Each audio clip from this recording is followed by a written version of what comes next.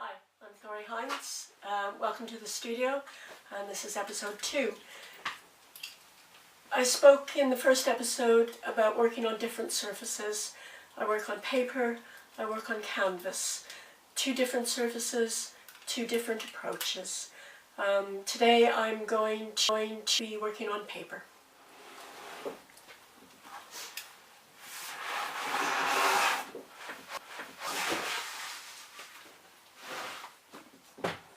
Normally I have music when I'm playing and painting, but today it's just you and me.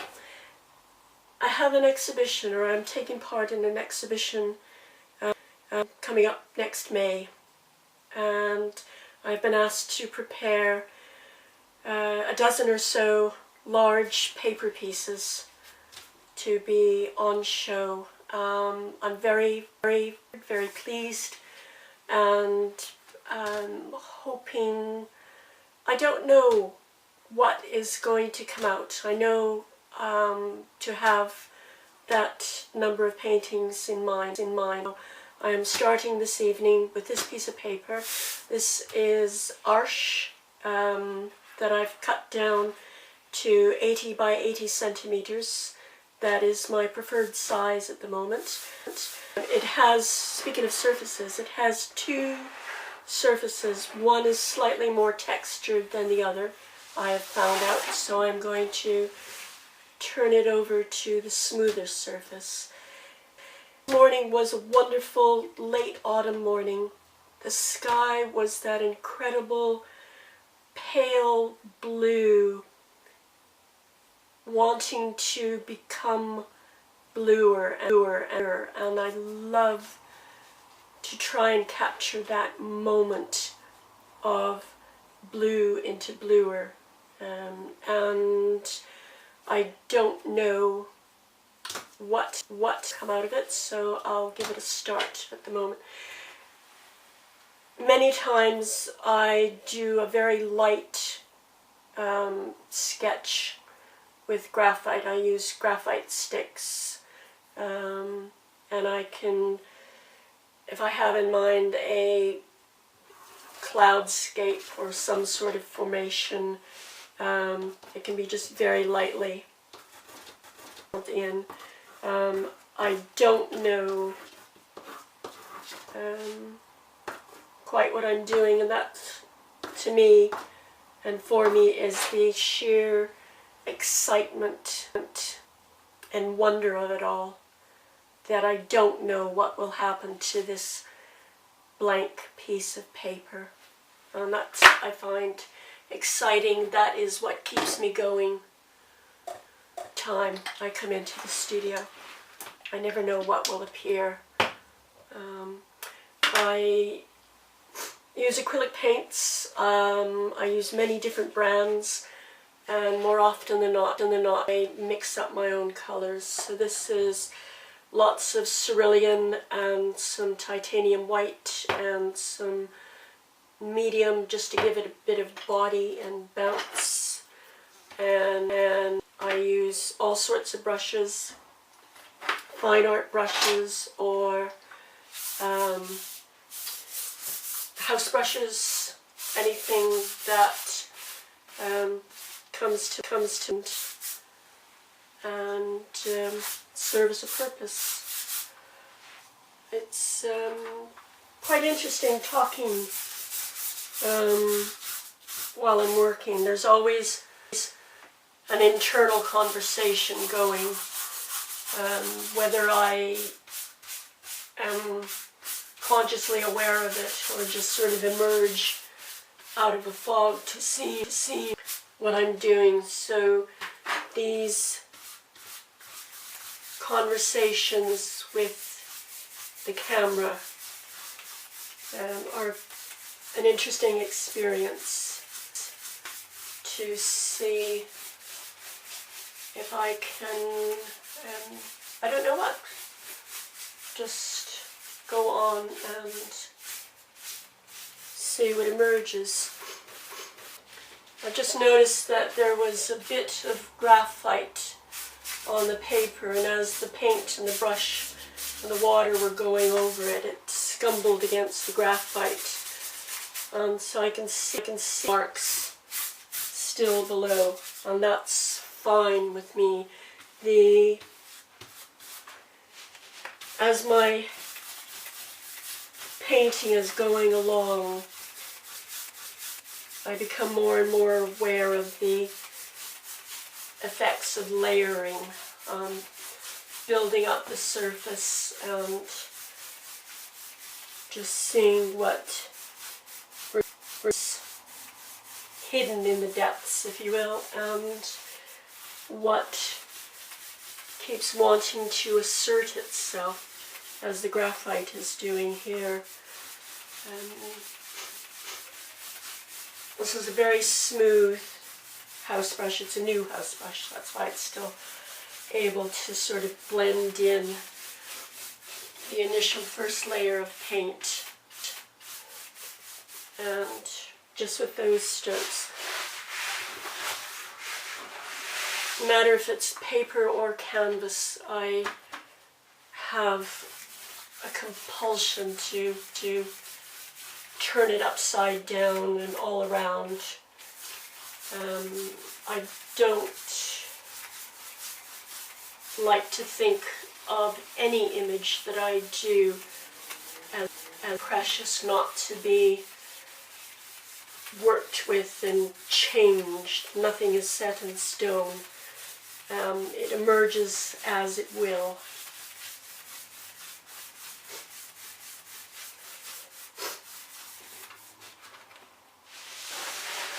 And so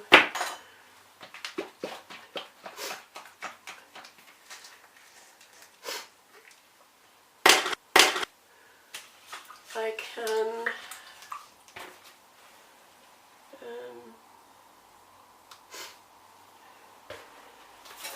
pour or use the brush to apply the paint. I'm not hopefully caught up in any one method. I think it's through trial and error. I think every goes through this, trying to find what works best for them, but also it's for my it's also ever changing. What works one day on one painting, I could try the next time and it will be wrong. I have no idea why that may be, but over the course of years, every artist, I think, develops that, and develops that instinct, intuition as to what in that moment is working, and I don't want to use the word right, but we'll say working at that moment. And when it's not, I'm a very great believer in trying to be aware of those moments, so that when something is in your gut not working out right or just doesn't feel right, that rather than force it to cooperate, to behave to some image that you have in your mind, that you sort of come out of your fog and pay attention to what's happening on the paper. And like I said, if it's not working, it's not working. This is just bits of paint that, when I mix up paints, sometimes it settles, so it doesn't down to a thoroughly cohesive bit. It's grungy little bits that you just sort of flick off.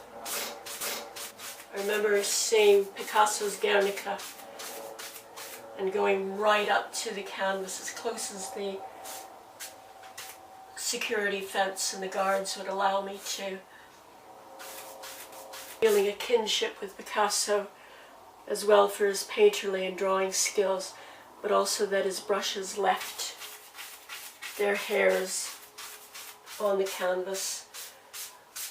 And I thought was a moment of kinship that all artists could share.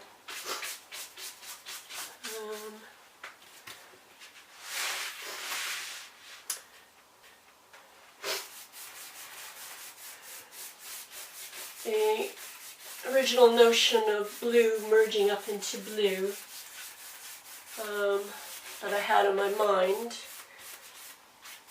will become more of a bolt, at least at this moment. Just brushing in the paint just to see how much color I can bleed out, and just let the pigment, what little pigment of cerulean there is, see if it can stain a little bit. I don't have in mind at the moment anything more than the blue. I've also got the sniffles and a little bit of a cold, so I do apologize for the sniffles. And hopefully there weren't too many ums happening. I think there is water-soluble graphite, and I have used other water-soluble colored pencils, that sort of thing. This is not one of them, but I like the linear elements that the graphite is bringing in at the moment, to contrast with that sort of ethereal sky. And now that I look at it, this blue down here is exactly that palest blue that I was after. So before I added this is a mixture of buff titanium and white, just to give me a neutral color. So that initial layer, very watered down cerulean, that gives me an idea of the color that I'd like to achieve. And there's a bit of greenish showing up here, which is good. That comes from the buff and the white titanium. So after I've done an initial layer,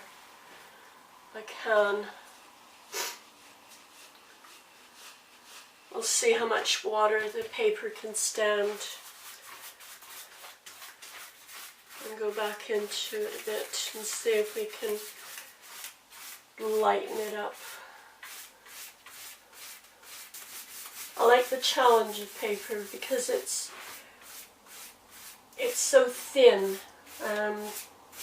The Arches and the BFK Reeves paper that I use is originally printmaker, so it's got a little bit of oomph to take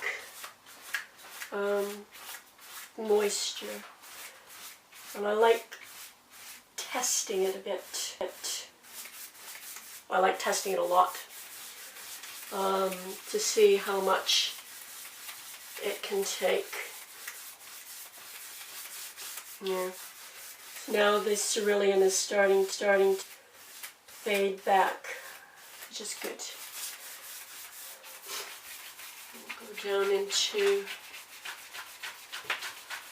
the graphite, so hopefully make it a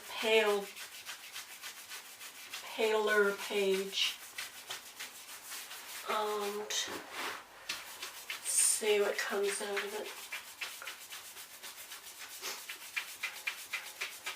use all sorts of brushes. I have a whole pot full of old brushes that I've kept over the years, so they're absolutely almost, they're extremely hard, and sometimes a painting just seems to demand or need or want that very rough, bristly sort.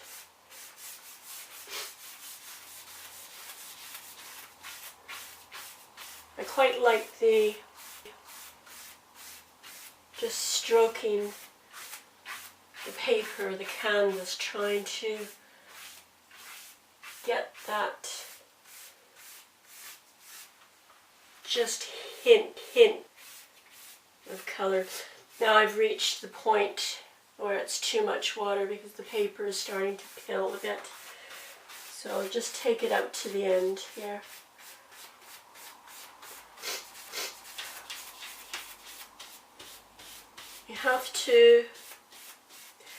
You should know the materials you're working with, know their limitations, and work with. This is the paper saying, that's it, I've had enough water. If you still want to continue with me, you're going to have to stop. So that's a good sign. And what I will do now is take this piece of paper, and it will be stapled up onto my wall that I showed you in episode 1, and it stay there overnight. The paper will stretch and the moisture will recede, and then I'll have a look at it tomorrow and see what's what and take it from there. And now that we've started with this image, I will be sure and take interim shots at all stages, and we will hopefully be able to see what arises from this. She says stop. Thank you very much for viewing, and I look forward to seeing you the next time.